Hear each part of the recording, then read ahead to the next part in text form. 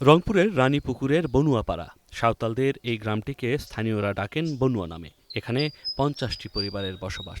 এই সাঁওতালপাড়া ছাড়াও আশেপাশে ছড়িয়ে ছিটিয়ে আছে এমন অনেক পরিবার।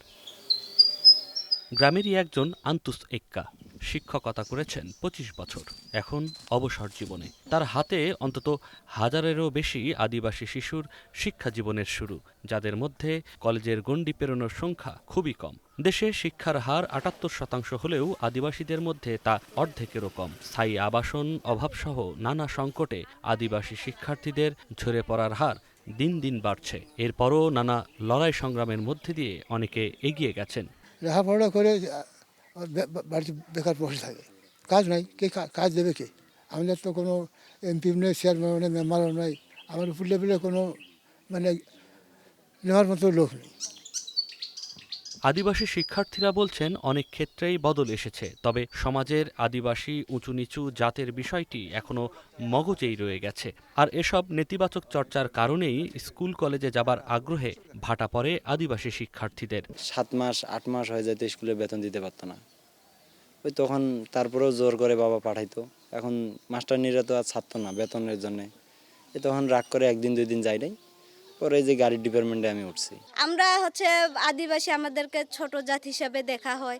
কোথাও কোনো মানে উপজেলা বা কোথাও গেলে দেখা যায় যে আমাদেরকে আগে দেয় না, বলে যে তোমরা পরে আসো।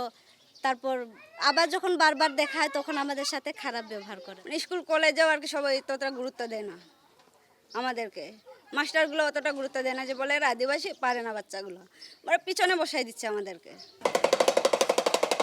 রংপুর বিভাগে আদিবাসীদের সংখ্যা লাখের উপর। এখানকার ৩৫টি আসনের মধ্যে অন্তত ২টি আসনের জয় পরাজয়ে গুরুত্বপূর্ণ ভূমিকা রাখে আদিবাসী ভোটাররা, যারা কেবল নির্বাচন ঘিরে প্রতিশ্রুতি নয়, চান কর্মসংস্থান, নিজেদের অর্থনৈতিক কাঠামো মজবুতে দীর্ঘস্থায়ী সহযোগিতার আশাও তাদের।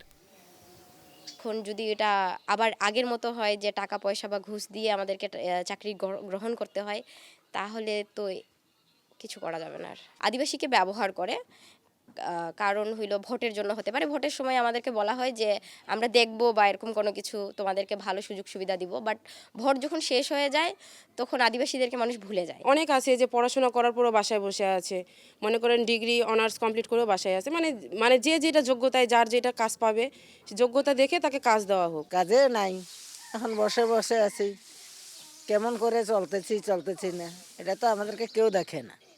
তাহলে আমরা কোনটাতে দিয়ে আমরা যে ভালো চলবো তাও তো আমরা জানি না। উত্তরের এই জনপদে প্রায় ২২ সম্প্রদায়ের আদিবাসীদের বসবাস।